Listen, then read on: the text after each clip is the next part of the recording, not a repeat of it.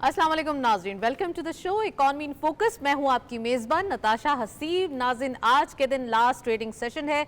2 halves होते हैं। Friday को आपको पता है 4:30 पे क्लोजर होता है। अच्छा, यहाँ पर ये देखा जाता है कि मार्केट का जो नंबर्स हैं स्टार्टिंग ऑफ द डे, हम देख रहे हैं कि मार्केट स्टार्ट हुई एक ज़बरदस्त किस्म का हायर साइड पे मार्केट ने इंट्राडे पंच किया और फिर उसके बाद मार्केट में क्लोजर हम कह सकते हैं कि एक ब्रेक आया फॉर द नमाज प्रेयर और फिर उसके बाद सेकेंड हाफ के अंदर मार्केट में एक अगेन रैली देखी गई और फाइनली जो इंट्राडे हाई था उसको मार्केट ने बरकरार नहीं रखा बल्कि क्लोजर रहा 1,09,053 पॉइंट्स का। यानी कि हम देख रहे हैं कि मार्केट के numbers day by day strong हो रहे हैं और इस वीक के अंदर 5 दिनों के अंदर 5 कंसेक्यूटिव हाइज बने हैं। यानी कि मार्केट के अंदर इतनी ज़्यादा विन विन सिचुएशन है कि मार्केट एंथुसियास्टिक परफॉर्मेंस के साथ, एक एनर्जी के साथ, सेंटिमेंट्स वाइज भी, फंडामेंटल भी आगे बढ़ते हुए दिखाई दे रही है। तो आज के लिए हम डिटेल बात करेंगे कि मार्केट में वो कौन सी हम कह सकते हैं ट्रिगर्स मौजूद हैं जो उसे डेली बेसिस पे अपवर्ड पंच कर रहे हैं और साथ साथ हम जो मार्केट की फिनोमिनल ग्रोथ देख रहे हैं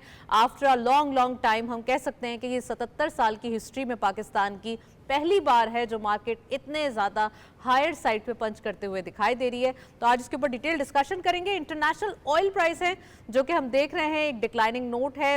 ओपेक के कंसर्न्स थे, पहले ये देखा जा रहा था कि ओपेक के सप्लाई कट मीटिंग्स हो सकती हैं लेकिन अब वो डिले हो गई हैं, मार्च में आ गई हैं। तो मे बी पॉसिबल कि मार्च तक ऑयल प्राइसेस की गिरावट हम देखें और हो सकता है कि बीच में कोई मीटिंग अनाउंस हो जाए, लेकिन अब तक की सिचुएशन के मुताबिक ऑयल प्राइसेस में एक डाउनवर्ड ट्रेंड है।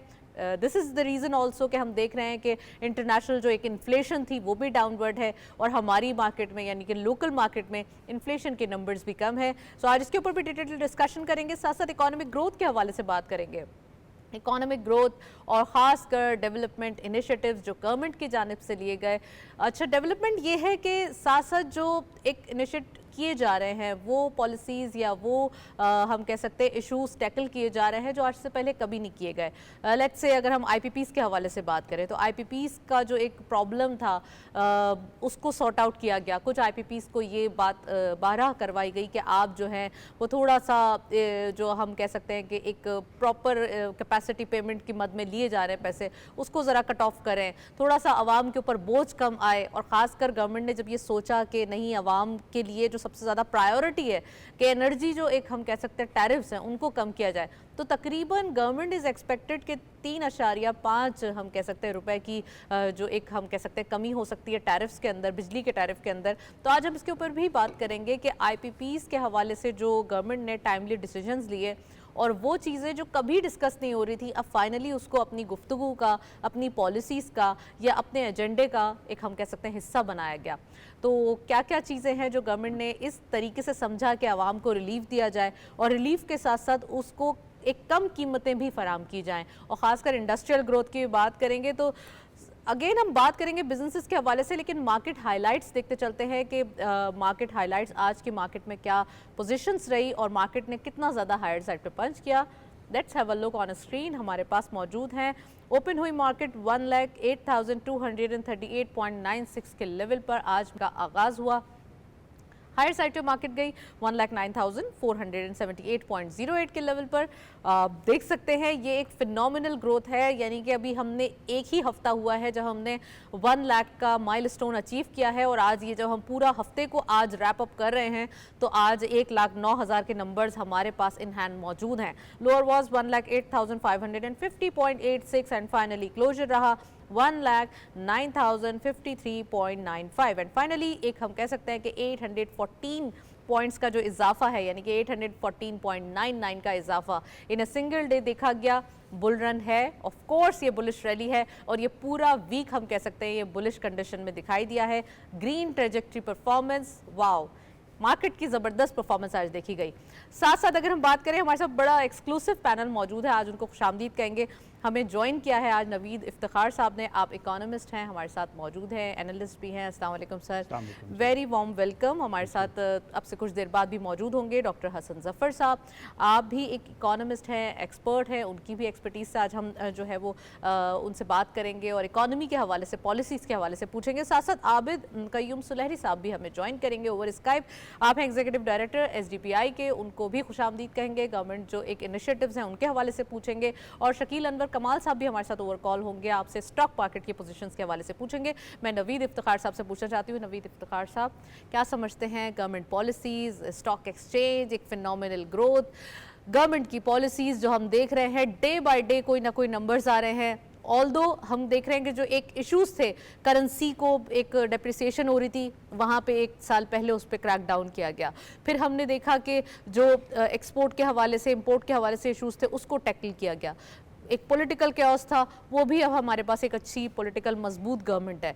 फिर हमने देखा कि पावर टैरिफ्स के इशू थे, अब उसको भी गुफ्तगू का या अपने एजेंडे का हिस्सा बनाया जा रहा है। तो कैसे देखते हैं ये बैक टू बैक डिसीजंस या फिर ये पॉलिसीज़ की इंडिकेशंस, पहले से ऑब्जर्व कर लेना तमाम चीज़ों को? So thank you. इसमें सबसे बड़ी बात जो है, जैसे आपने कहा, sentiments play a very large role actually, और उसमें सबसे इम्पॉर्टेंट बात ये हुई है जो ओवर द टाइम स्टेबलाइजेशन की तरफ हम गए हैं। गवर्नमेंट ने बड़े अच्छे तरीके से IMF प्रोग्राम हैंडल किया।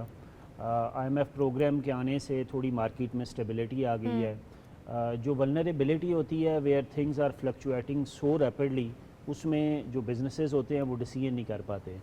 तो ये जो स्टेबिलिटी आई, that has played a very large role. Second जो है, उस स्टेबिलिटी के नतीजे में इन्फ्लेशन नीचे आई है हमारी। उस इन्फ्लेशन के नीचे आने से हमारा इंटरेस्ट रेट पिछले आप देख रही हैं कट चल रहा है हर पिछली 3 मॉनेटरी पॉलिसी में, और अभी अगली जो है वो 16 दिसंबर को शायद है जी जी, 16 दिसंबर को so वो आने वाली है। तो अब मार्केट में एक सेंटीमेंट है कि ये इंटरेस्ट रेट्स जो हैं ये फर्दर नीचे जाएंगे। जो लोग स्पेकुलेशन है वो 200 बेसिस पॉइंट्स की भी है। तो रीज़न इज़ के एक तो लोग जो लॉन्ग डिपॉजिट्स में पैसे रख के बैठे हुए थे, इंटरेस्ट रेट बड़े लिक्विडेटिव थे, और वो बड़े घर आराम से बैठे हुए थे, अब उन्होंने थोड़े पैसे निकाल के म्यूचुअल फंड्स में भी लगा रहे हैं। इन्फ्लेशन के नीचे आने से ही वो सेंटीमेंट्स हैं कि इंटरेस्ट रेट नीचे आएगा।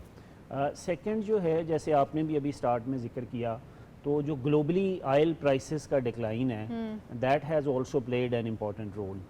पाकिस्तान में ये होता है कि हमारा बहुत बड़ा इंपोर्ट जो है वो ऑयल की होती है, और ऑयल के जो हैं वो उसके नतीजे में हमारे एक्सचेंज रेट पे भी प्रेशर्स आते हैं। तो ये हुआ। फिर उसके बाद जो है इसी वीक एशियन डेवलपमेंट बैंक के पैसे आ गए, I think probably it's around $500 million, जिसकी वजह से रिजर्व्स बढ़ गए 16.6 बिलियन डॉलर्स के करीब, बिलियन डॉलर क्रॉस कर गए हैं। तो ये वो सारे फैक्टर्स हैं जिनकी वजह से हम देख रहे हैं एक पॉजिटिविटी देख रहे हैं मार्केट में सेंटीमेंट्स की। और जो है कुछ और आस्पेक्ट्स हुए हैं जिसमें सऊदी अरेबिया ने अभी $3 बिलियन का जो है वो रोल ओवर कर दिया है। बिल्कुल। सो ये all these factors were at play today जब मार्केट स्टार्ट हुई, और उसके साथ ये वाली न्यूज़ जो है वो सारी चल रही थी। अच्छा, लोगों को ये बताना ज़रूरी है कि ये मार्केट अपना फंडामेंटल्स पे चल रही है, अपने सेंटिमेंट्स पे चल रही है, न्यूज़ ड्रिवन है, और वो न्यूज़ जो कि ऑटोमेटिकली इकोनॉमी के सर्कमस्टांसेस में से आ रही हैं। मैं नवीद साहब से ही बात करूंगी, लेकिन हमारे साथ शकील अनवर कमाल साहब भी ओवर कॉल मौजूद हैं, उनको हम वेलकम करेंगे। सर, वेरी वार्म वेलकम, आपके टाइम का बहुत बहुत शुक्रिया। क्या कहेंगे सर कैपिटल मार्केट की एक्सपर्टीज़ के हवाले से कि मार्केट में एक फिनोमिनल ग्रोथ देखी जा रही है, और जो लोगों का रुझान था कि ये एक बबल है और मार्केट जो है बहुत ज़्यादा हायर साइड पे जा रही है, खासकर जब हम इंडिकेशन देख रहे हैं गवर्नमेंट की पॉलिसीज़ के हवाले से, सीरियसनेस के हवाले से, या फिर हम जो एक बैक टू बैक ग्रोथ इस सेंस में देखते हैं कि हमारी FDI के हवाले से बहुत सारी हम देख रहे हैं कि इनिशिएट हो रही हैं चीज़ें। तो क्या लगता है आपको स्टॉक मार्केट के लिए अभी कितने माइलस्टोन बाकी हैं? नताशा, एक्चुअली मार्केट जो है वो बहुत ज़्यादा इस वक्त एक्साइटेड है को लेकर के, क्योंकि 16 दिसंबर को जो मॉनेटरी साहब, आप हमें सुन सकते हैं? सॉरी, हेलो जी शकील साहब, आपको हमारी आवाज आ रही है? आ रही है। और ये कहना चाहता हूँ कि मार्केट इस वक्त बहुत एक्साइटेड है इंटरेस्ट रेट को, क्योंकि कमिंग डेज में जो मॉनेटरी पॉलिसी कमेटी मीटिंग आने वाली है। सबसे ही पूछना चाहूंगी नवीद साहब, आप क्या समझते हैं कि हमारे पास जो चीज़ें मौजूद हैं, खासकर स्टॉक मार्केट के हवाले से या स्टॉक मार्केट की पोजीशन के हवाले से, तो वो क्या लगती हैं आपको? मैं ये जैसे मैंने बताया ना, there are local factors, there are global factors. उन सेक्टर्स की वजह से जो है ये ग्रोथ आई है। At this point of time this is a good development sentiments wise, और इंटरनेशनली भी नेशनली भी पॉजिटिव सेंटीमेंट्स आते हैं। अच्छा, हमारी आगे चल के जो है वो क्रेडिट रिस्क रेटिंग जो है वो बेहतर हो जाएगी, जिसमें बिजनेसेस के सेंटीमेंट्स की वजह से। एट द सेम पॉइंट ये जो हमारी पॉजिटिविटी है इसको जो है वो हमें ये देखना चाहिए कि this is not a goal in itself जो है ना, और दिस इज़ नॉट समथिंग कि जिसके ऊपर आज हम अगर गवर्नमेंट भी सेलिब्रेट करे, बाकी भी कम्युनिटीज़ करे, तो this is not the time to stop here. जैसे आप कुछ रिफॉर्म्स का जिक्र कर रही थी जो फंडामेंटल रिफॉर्म्स हैं, जो इकॉनमी में ग्रोथ को रोक के बैठे हुए हैं, जैसे आपने पावर सेक्टर एक इशू बताया, उसमें सर्कुलर डेट का इशू है, उसमें जैसे आपने बताया कि ये बड़ी अच्छी डेवलपमेंट हुई है जो पहली दफ़ा IPPs के साथ रीनिगोशिएट हो रहे हैं। अच्छा। और उसमें हम जो है अगर गवर्नमेंट ने कुछ प्रोग्रेस कर ली है, मेरा ख्याल है गवर्नमेंट अगर इसमें और प्रोग्रेस करती है तो will be able to better handle the circular debt issue.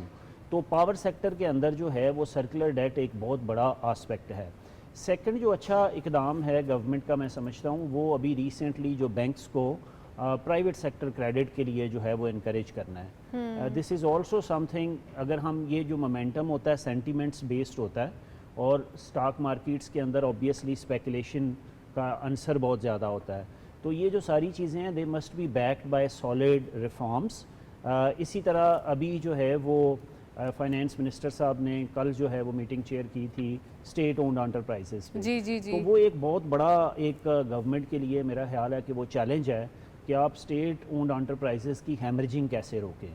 तो एक तरफ आपने ये वो लॉसेस हैं, ये पावर सेक्टर रिफॉर्म्स हैं, टैक्स रिफॉर्म्स हैं, और दूसरी तरफ हमारी जो ग्रोथ की सबसे बड़ी जिसको कहने डिविडेंड जो आएगा ना, वो पाकिस्तान की यंग पॉपुलेशन और IT सेक्टर के ऊपर हमें बात करनी होगी। बिल्कुल कि ये स्टॉक एक्सचेंज के अंदर इट्स अ गुड सेंटीमेंट, इसकी पॉजिटिविटी भी होती है और इसकी लिमिटेशंस भी होती हैं। नवीद साहब, स्टॉक एक्सचेंज की बात हो रही है, मैं शकील साहब से ही रब्ता करना चाहूँगी। शकील साहब, आप क्या समझते हैं स्टॉक मार्केट की जो पोजीशन है, ख़ासकर ये जो एक फंडामेंटल स्ट्रॉन्ग मार्केट जैसे हम बात कर रहे थे नवीद साहब से भी, क्या लगता है इसमें कौन से ट्रिगर्स ऐसे हैं जो मार्केट को पंच कर रहे हैं अपवर्ड डायरेक्शन? 5 कंसेक्यूटिव डेज में हम देख रहे हैं, 5 दिन मार्केट ने एक नया माइलस्टोन अचीव किया, आगे की क्या तैयारी है नेक्स्ट वीक की?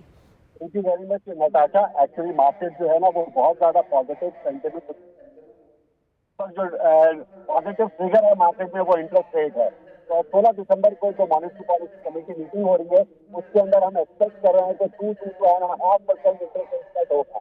उसकी वजह जाहिर है कि ट्रेजरी बहुत यील्ड है उसमें रिमार्केबल कमी हुई है।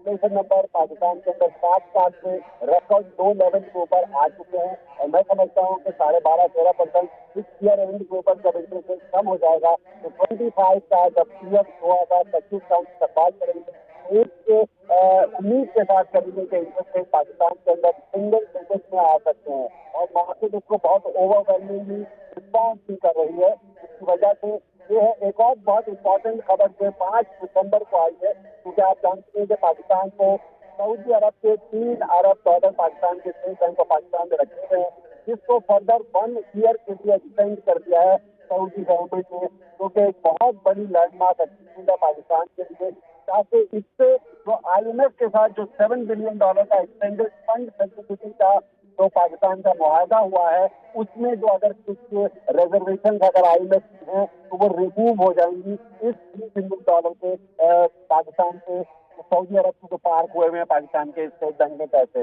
1 साल के लिए मजीद एक्सटेंड किए जा रहे हैं। इससे पाकिस्तान के फॉरेन एक्सचेंज रिजर्व को स्ट्रेंथनिंग मिलेगी, और गुज़िश्ता हफ्ते ही आप जानती हैं कि $500 मिलियन ADB से एशियन डेवलपमेंट बैंक से पाकिस्तान को मिले थे, जो कि क्लाइमेट रेजिलियंस के लिए मिले थे। तो इसकी वजह से पाकिस्तान के फॉरेन एक्सचेंज रिजर्व इस वक्त अपने 2.5 साल के हाईएस्ट लेवल पर पहुंच गए हैं, which is a very good sign. तो मैक्रो इकोनॉमिक इंडिकेटर पॉजिटिव हो रहे हैं, और सबसे इम्पोर्टेंट बात यह है कि पाकिस्तान के बैंकों के अंदर जो लोगों का पैसा पड़ा हुआ था अब वो स्टॉक मार्केट की तरफ आ रहा है, वो म्यूचुअल फंड्स की तरफ आ रहा है, क्योंकि वहां पर रेट ऑफ रिटर्न कम हो रहा है, और स्टॉक मार्केट आज भी लो PE पे पाकिस्तान में रीजन में शकील साहब, ये तो वाजे है कि अब स्टॉक एक्सचेंज की तरफ तमाम जो हम कह सकते हैं लिक्विडिटी आएगी, और ख़ासकर जो तमाम जो हम कह सकते हैं फिक्स इनकम में था पैसा या थोड़ा सा रियल एस्टेट में पार्क था, तो वो अब तमाम रिटर्न होगा स्टॉक एक्सचेंज की तरफ। तो ये जो नए माइलस्टोन है या ये जो आगे की तैयारी है, उसमें नियर फ्यूचर आपको इंटरेस्ट रेट ऑल दो कम होने के बाद क्या दिखाई दे रहा है और मार्केट का स्टॉप क्या होगा? यानी कि जो मार्केट में अभी प्राइस अर्निंग मल्टीपल भी बहुत चीप है, मार्केट अभी पूरे रीजन के अंदर जो है वो लिक्रेटिव है, market second best performing market in the world है, क्या लगता है आपको कहाँ पे जाके इसका एक रिदम बनेगा, एक मोमेंटम बनेगा कि यहाँ से मार्केट जो है कंसोलिडेट करेगी प्रॉपर? देखिए, मार्केट का रिदम और मोमेंटम बन चुका है। अब ये है कि those who have missed the train, they have to realise कि स्टिल मार्केट को अभी भी पकड़ सकते हैं। मार्केट के अंदर बहुत गुंजाइश है, मार्केट का रूम बहुत है मार्केट के अंदर, और मार्केट के अंदर हमें एक्सपेक्ट करते हैं कि ये मार्केट इस ईयर एंड के अंदर आपको बहुत ज्यादा अच्छे रिटर्न्स देगी पिछले सालों के मुकाबले में। तो कहने का मतलब ये नहीं है कि अभी मार्केट कहीं रुक जाएगी या मार्केट के अंदर कहीं डाउनफॉल आ जाएगा। मार्केट के अंदर करेक्शंस आ सकती हैं, प्रॉफिट टेकिंग आती रहती है, which is a healthy sign for the market, जिससे मार्केट के अंदर नया ब्लड आता है। और लोग दायरे शेयर खरीदते क्यों हैं? शेयर खरीदते हैं मुनाफा करने के लिए, नफा करने के लिए, और अगर उनको अच्छा नफा मिलता है तो वो मार्केट से नफा निकालते भी हैं। तो जो कि मार्केट के अंदर फॉरेन फंड्स ने गुज़िश्ता 8 हफ्तों के अंदर, गुज़िश्ता 3 महीनों के अंदर हमने देखा है कि तकरीबन $140 मिलियन का उनका पोर्टफोलियो अपना खाली किया है, माल बेचा है। लेकिन लोकल म्यूचुअल फंड्स ने बहुत ह्यूज बाइंग की है, और कल के भी जो नंबर्स हमें पता चल रहे हैं उसमें ये तकरीबन का माल इंडिविजुअल्स ने बेचा है, क्योंकि लोगों को डर लग रहा है। एक आम आदमी इस वक्त 1,05,000 पॉइंट, 1,08,000 पॉइंट पे खौफजदा है। वो ये सोच करके खौफजदा है कि यार मार्केट इतनी बढ़ गई है, यार मार्केट इतनी बढ़ गई है। लेकिन हम ये नहीं देख रहे कि मार्केट के अंदर अभी भी वैल्यू बहुत कम है, मार्केट के अर्निंग मल्टीपल्स बहुत कम है, और मार्केट के अंदर कंपनी की प्रॉफिटेबिलिटी बहुत अच्छी है। मैं आपको सिर्फ एक मिसाल देकर आपको बताना चाहूंगा। लेकिन साहब ये लेवल्स तो शायद बहुत पहले ही अचीव हो जाते अगर प्रॉपरली पॉलिसीज होती, अगर एक पॉलिटिकल अच्छी मुस्तहकम गवर्नमेंट होती। क्या लगता है आपको? मार्केट ने भी बहुत सहा है 1 साल के अंदर, ये जो मार्केट को एक फुल फ्लेज एक पूरा एक हम कह सकते हैं होराइजन मिला जिसके अंदर मार्केट ने फ्लोट किया, जब भी तो ये परफॉर्मेंस दिखाई दे रही है हमें।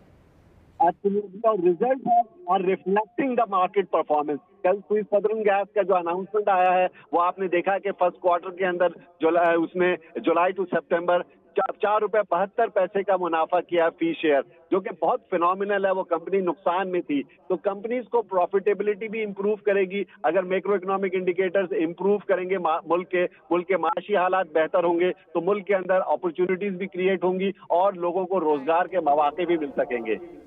चले, हमारे वो इन्वेस्टर जो छोटे छोटे इन्वेस्टमेंट करना चाहते हैं, खातून हैं बहुत सारी, हम कह सकते हैं खवातीन हैं जो घरों में बैठ के देख रही हैं, स्टॉक एक्सचेंज के अंदर छोटे हम कह सकते हैं इन्वेस्टमेंट से अगर स्टार्ट किया जाए तो ये भी एक मुनाफा बख्श हमारे लिए साबित हो सकता है। हमारे न्यू इन्वेस्टर्स को मैसेज दीजिए। बिल्कुल हो सकता है। Stock market is a place where you can invest with a small amount as well. यहाँ आपको मिलियंस ऑफ रुपीज और बिलियंस भी इस स्टॉक मार्केट में लगाने की जरूरत नहीं है। अगर आप एक स्टूडेंट हैं, एक हाउस वाइफ हैं, एक कोई भी छोटा कारोबार करते हैं या जॉब करते हैं, हर शख्स के लिए स्टॉक मार्केट ओपन है। स्टॉक मार्केट एक लेजिट जगह है कि जहाँ पर आपके बैंक अकाउंट की डिटेल्स रिक्वायर्ड होती हैं, आपके CNIC की डिटेल्स रिक्वायर्ड होती हैं, आपकी KYC की जाती है, और एक ऐसी जगह है कि जहाँ पर आपका सरमाया महफूज रहता है।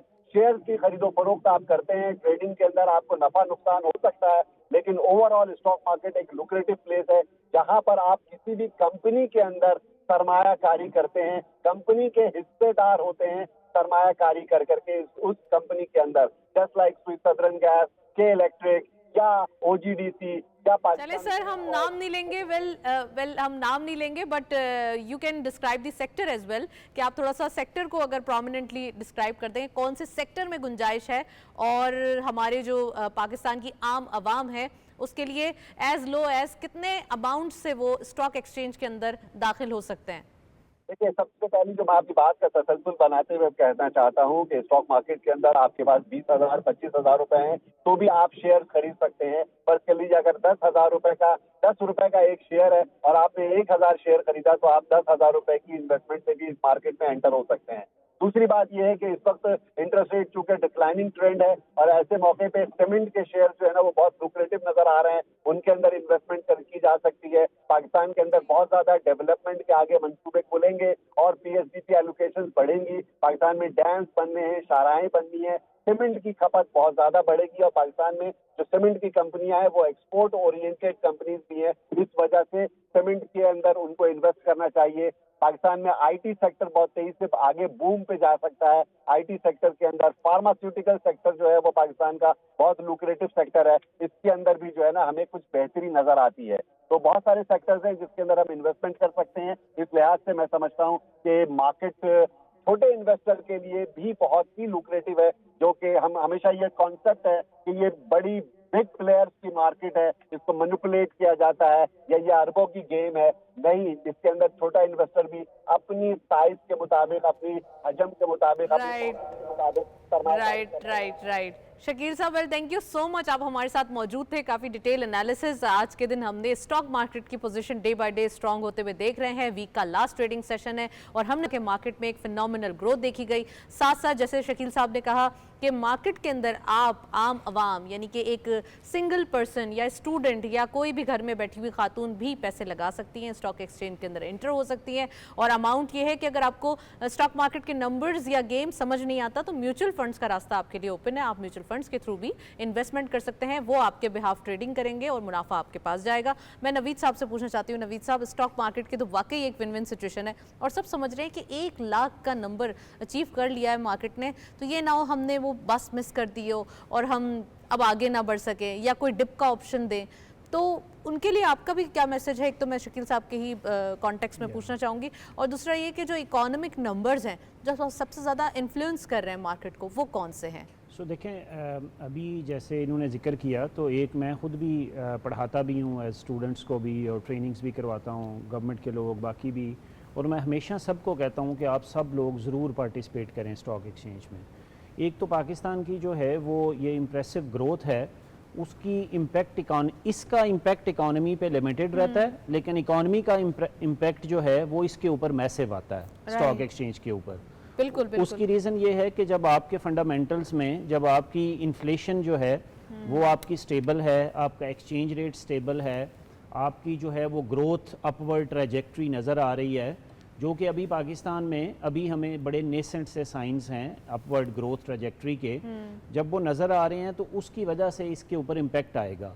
तो पाकिस्तान के अंदर मैसिव अपॉर्चुनिटीज़ हैं। तो ये जो मार्केट जिधर चली गई है, इट डज़ नॉट मीन कि इसने उधर ही खड़े होकर रुक जाना है। तो देर आर अपॉर्चुनिटीज़। अभी अगर जब इंटरेस्ट रेट्स नीचे आएंगे तो आप देखेंगे पाकिस्तान का जो रियल सेक्टर है, प्राइवेट सेक्टर, चूँकि रियल एस्टेट भी बैठा हुआ है, और दैट्स अनदर डिबेट कि वहाँ भी लोग पैसे नहीं लगा पा रहे।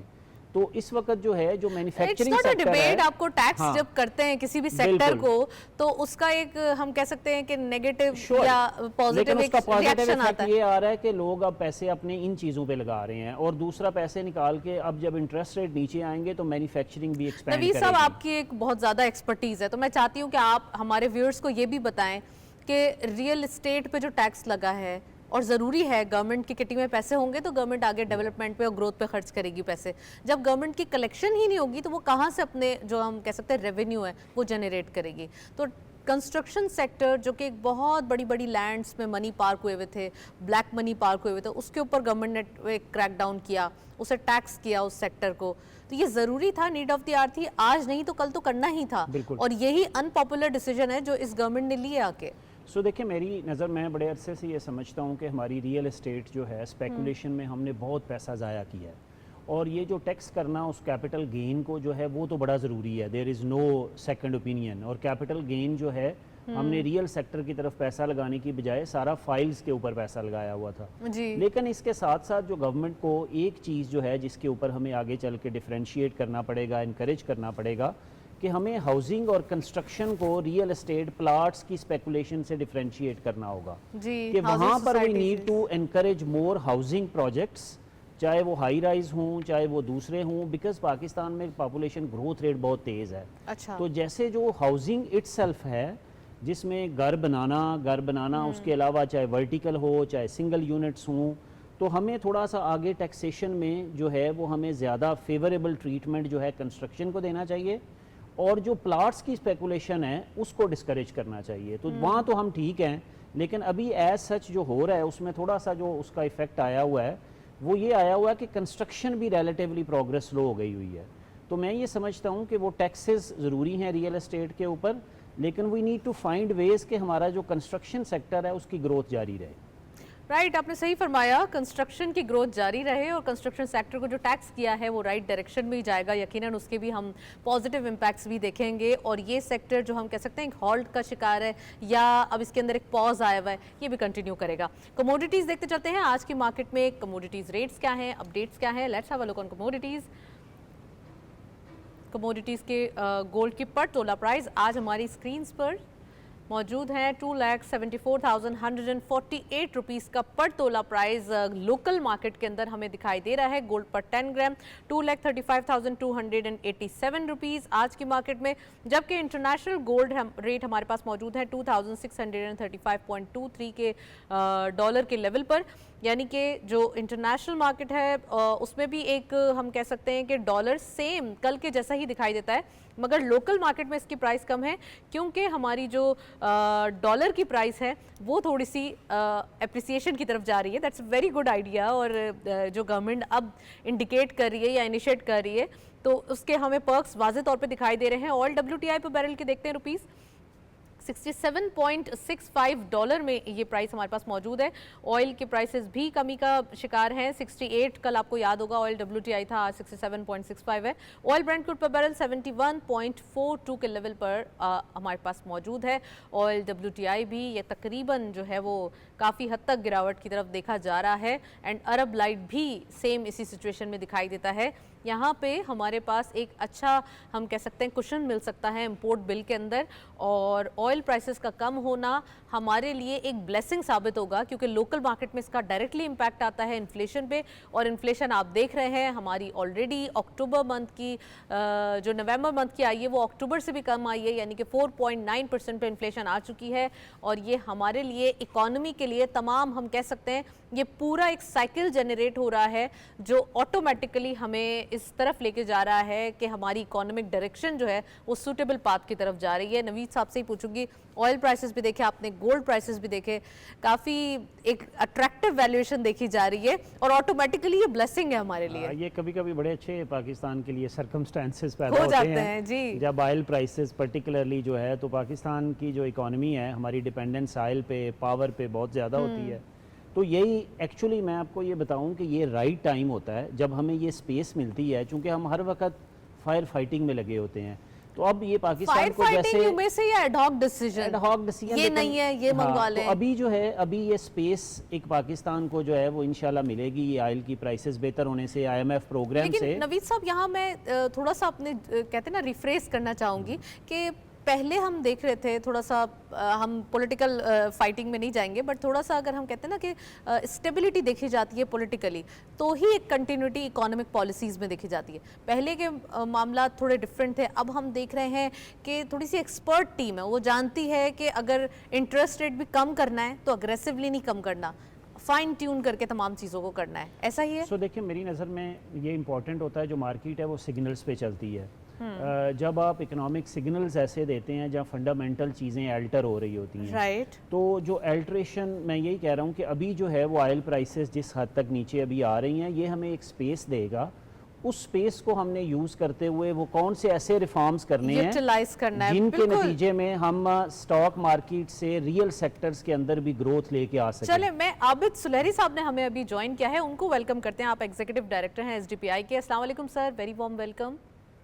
जी वालेकुम सलाम। सर सबसे पहले ये बताइए कि स्टॉक मार्केट की ग्रोथ आप देख रहे हैं, एक फिनोमिनल ग्रोथ देखी जा रही है, यहाँ पे कोई दोराहे नहीं है कि मार्केट के डेली बेसिस पे नंबर्स अचीव हो रहे हैं, साथ साथ इकोनॉमिक पॉलिसीज़ का इसमें बहुत बड़ा हाथ है। तो इकोनॉमिक ट्रिगर्स क्या समझते हैं आने वाले दिनों में और गवर्नमेंट की कोशिशें जो कि रंग ले आई FDI के पॉइंट ऑफ व्यू से through SIFC, what's your take on it? देखिए किसी भी मुल्क की स्टॉक एक्सचेंज मार्केट पे तीन चीज़ें असरअंदाज होती हैं। पहली तो पॉलिसी कंसिस्टेंसी और जो पॉलिसी स्टेबिलिटी है। दूसरी जो है वो इंटरेस्ट रेट, अगर इंटरेस्ट रेट हाई होता है तो स्टॉक एक्सचेंज मार्केट में इन्वेस्टमेंट नहीं की जाती क्योंकि बैंक से प्रॉफिट मिल रहा होता है। अगर इंटरेस्ट रेट कम होता जा रहा होता है तो उतनी स्टॉक एक्सचेंज मार्केट ज़्यादा तेज़ी दिखाती है। और तीसरी जो है रीजन की मार्केट्स के मुकाबले में आपकी अपनी मार्केट की परफॉर्मेंस। और इस वक्त जो तीनों चीज़ें जो हैं ये पाकिस्तान के हक में जा रही हैं। वज़ीर ख़जाना बार बार दोहरा चुके हैं कि IMF के साथ किए गए तमाम महादात की पासदारी की जाएगी, जिसका मतलब ये है कि जिन माशी पॉलिसीज़ पे अमल दरामद हो रहा है, आप उसको अच्छा कहें या बुरा कहें, वो कंटिन्यू रहेंगी अगले 3 साल। और ये बज़ाते खुद एक बहुत बड़ा पॉजिटिव फैक्टर है कि किसी भी इन्वेस्टर को पता हो कि पाकिस्तान में मैक्रो इकनॉमिक पॉलिसीज़ जो हैं वो किस तरीके से चलाई जा रही होंगी, किन चीज़ों पे हुकूमत इंटरवेंशन कर रही होगी, किन चीज़ों पे हुकूमत इंटरवेंशन नहीं कर रही होगी, करेंसी का रेट कैसे डिटर्मन हो रहा होगा, इंटरेस्ट रेट कैसे डिटर्मन हो रहा होगा। और ये चीज़ हमें स्टॉक एक्सचेंज मार्केट में रिफ्लेक्ट होती हुई नजर आई। दूसरा इम्पोर्टेंट एस्पेक्ट जो है इन्फ्लेशन, जो कि पिछले साल डबल डिजिट में थी, उस पर जितनी तेज़ी से कीमतें बढ़ रही हैं, लेकिन वो जो शरह है उस पर जो काबू पाया गया है, उसकी वजह से भी स्टॉक एक्सचेंज मार्केट की तरफ लोगों का रुझान हुआ। और तीसरी ये जो लो बेस लाइन थी 19-20 की स्टॉक एक्सचेंज मार्केट की, जो पोटेंशियल था, जो कि इसको अचीव करना था, जो नहीं कर पाई थी, इस वक्त उस लो बेस लाइन की वजह से भी पाकिस्तान स्टॉक एक्सचेंज मार्केट जो है वो खित्ते की बाकी मार्केट से बेहतर परफॉर्म कर रही है और यहाँ पे इन्वेस्टमेंट आ रही है। तो ये तीनों चीज़ें इस वक्त पाकिस्तान के हक में हैं और इसी वजह से हमने जो लैंडमार्क अबूर किया 100,000 इंडेक्स का, वो पॉइंट्स का, वो इसी वजह से हम अबूर कर सके कि इस वक्त चीज़ें पाकिस्तान के हक में जा रही हैं। अब सुलैजी साहब, गवर्नमेंट के पास ऑलरेडी हम कह सकते हैं कि ये तो एक विन विन सिचुएशन ऑटोमेटिकली भी क्रिएट हुई, थोड़ी सी ब्लेसिंग भी है, थोड़ी इनकी अपनी हम कह सकते हैं अनपॉपुलर डिसीजन थे जो कि इनके काम आए और बहुत ज़्यादा हम उसके अब नताइज देख रहे हैं। लेकिन एक तरफ हम ये भी देख सकते हैं कि चैलेंजेस वही हैं। SOEs के हवाले से अगर हम बात करें या फिर हम IPPs के हवाले से बात करें, IPPs को बड़ी मुश्किल से मोल्ड किया गया, कुछ IPPs से निगोशिएशन जारी है, निगोशिएट किया गया।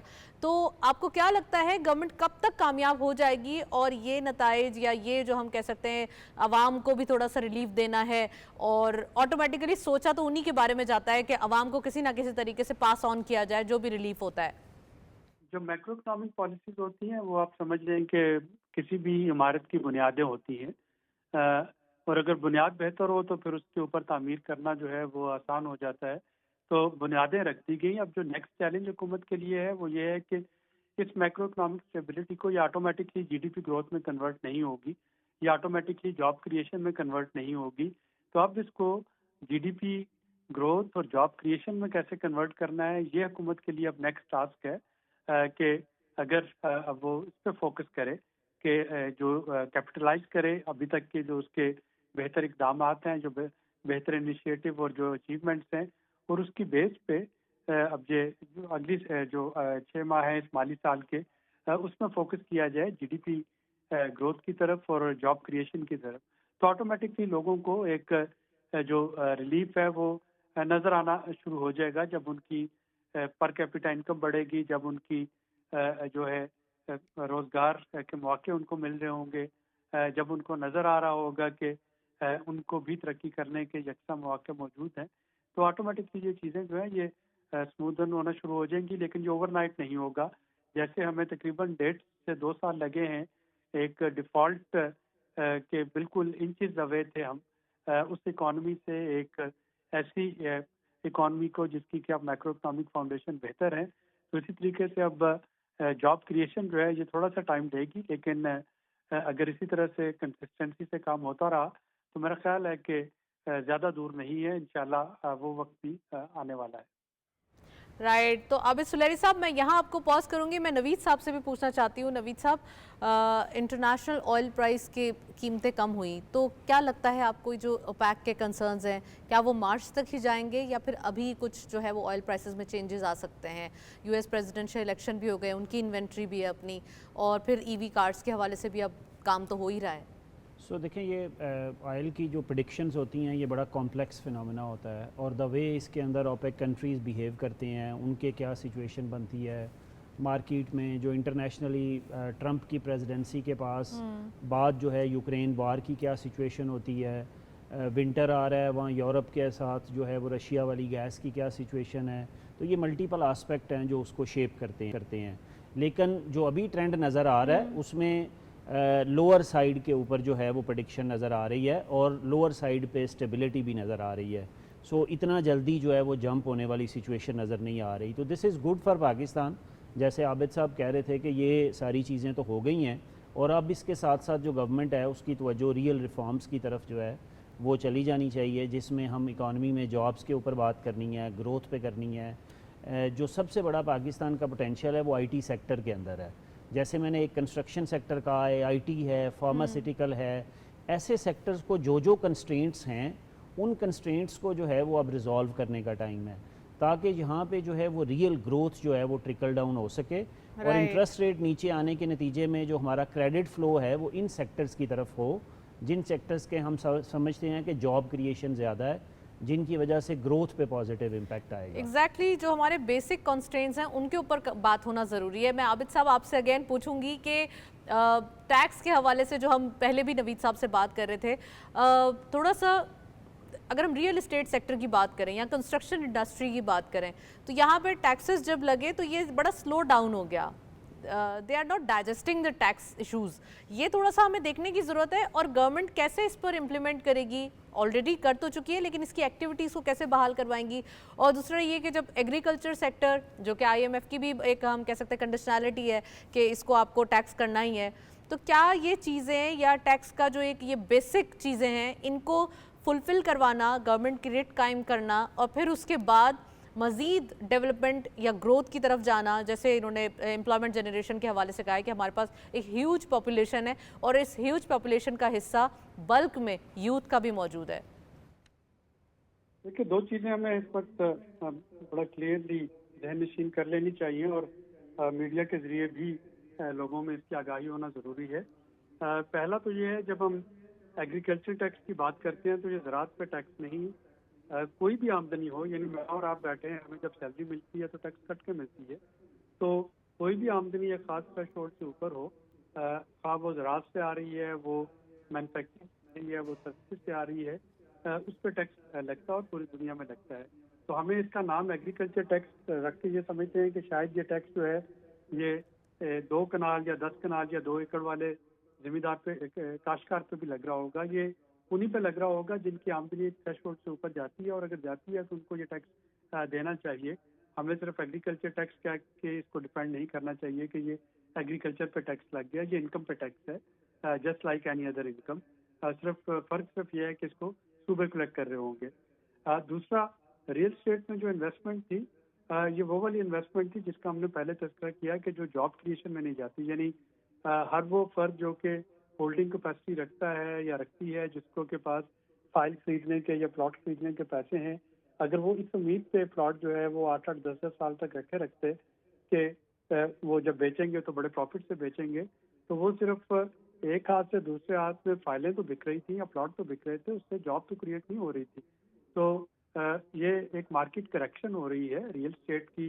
जितनी कंस्ट्रक्शन की ज़रूरत है वो यकीनन होगी, लेकिन कम से कम वो जो रियल स्टेट को एक इन्वेस्टमेंट का हिस्सा बना दिया गया था, वो कम हुआ और वही आपका रुझान जो है, यानी पहले आपके पास अगर सेविंग होती थी तो या लोग उसको प्लॉट में इन्वेस्ट करते थे या जब इंटरेस्ट रेट हाई हुआ तो बैंक में इन्वेस्ट कर रहे थे। अब वही सेविंग आपको नज़र आ रही है कि वो स्टॉक एक्सचेंज मार्केट में लोग इसको इन्वेस्ट कर रहे हैं, लोग उसको प्रोडक्टिव एसेट बिल्डिंग की तरफ या उन चीज़ों पे इन्वेस्ट कर रहे हैं जो कि एक सर्कल चलता रहे इकॉनमी का, जिसकी वजह से जॉब्स क्रिएट हो, जिसकी वजह से सर्कुलेशन ऑफ वेल्थ जो है वो सोसाइटी में हो रही हो।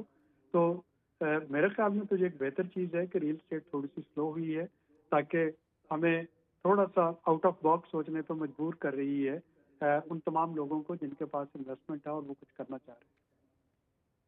नवीद साहब, मैं आपसे पूछूंगी कि आउट ऑफ द बॉक्स तो सोचना ही है, साथ साथ सेक्टर वाइज परफॉर्मेंस के ऊपर जो है एक मेन कीज़ हैं उनके ऊपर जो है वो काम करना ज़रूरी है। आईटी सेक्टर का आपने जिक्र किया, आईटी सेक्टर के ऊपर टैक्स हॉलीडे 2025 तक है, तो क्या अब जबकि 2025 आने ही वाला है नेक्स्ट ईयर, तो क्या इसमें मज़ीद कोई रिफॉर्म्स लाए जाएंगे या कोई टैक्स के हवाले से उन्हें छूट दी जाएगी, हॉलीडे दिया जाएगा, ताकि इसकी जो इस सेक्टर की जो परफॉर्मेंस है उस पर कोई ज़्यादा एक इम्पैक्ट ना हो और इस पे जो एक कहते हैं ना बड़े डोर्स ओपन है और लोगों के लिए, फ्रीलांसर्स के लिए, नए यंगस्टर्स के लिए वो ओपन रहे? सो देखें, इसमें टैक्स के इश्यूज अपनी जगह पे, लेकिन टैक्स से ज़्यादा और कंस्ट्रेंट्स हैं आईटी सेक्टर में। सबसे बड़ी कंस्ट्रेंट जो है क्वालिटी ग्रेजुएट्स हैं। हमारी यूनिवर्सिटीज़ के अंदर जो आईटी सेक्टर का ग्रेजुएट है उसकी क्वालिटी ऐसी नहीं है कि वो इंटरनेशनली, थोड़ी सी ऐसी यूनिवर्सिटीज़ हैं, आप 5-10 यूनिवर्सिटीज़ ऐसी हैं जो क्वालिटी के ग्रेजुएट्स प्रोड्यूस करती हैं। बाकी हमें फंडामेंटली अभी जो है वो टाइम चेंज हो गया है।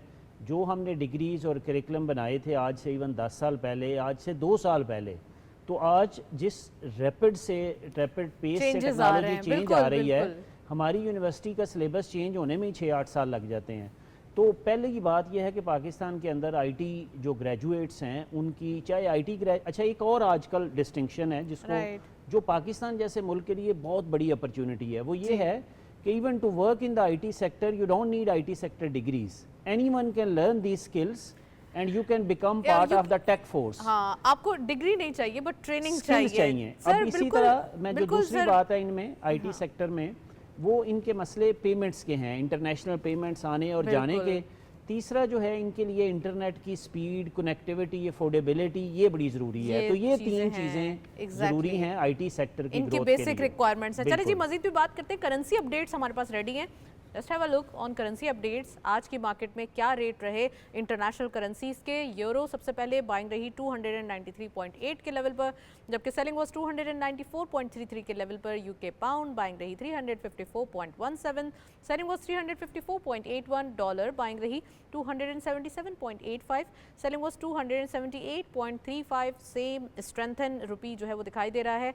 चाइनीज युआन बाइंग रही 38.42, selling was 38.49। Nextly GCC currency updates हमारे पास मौजूद हैं।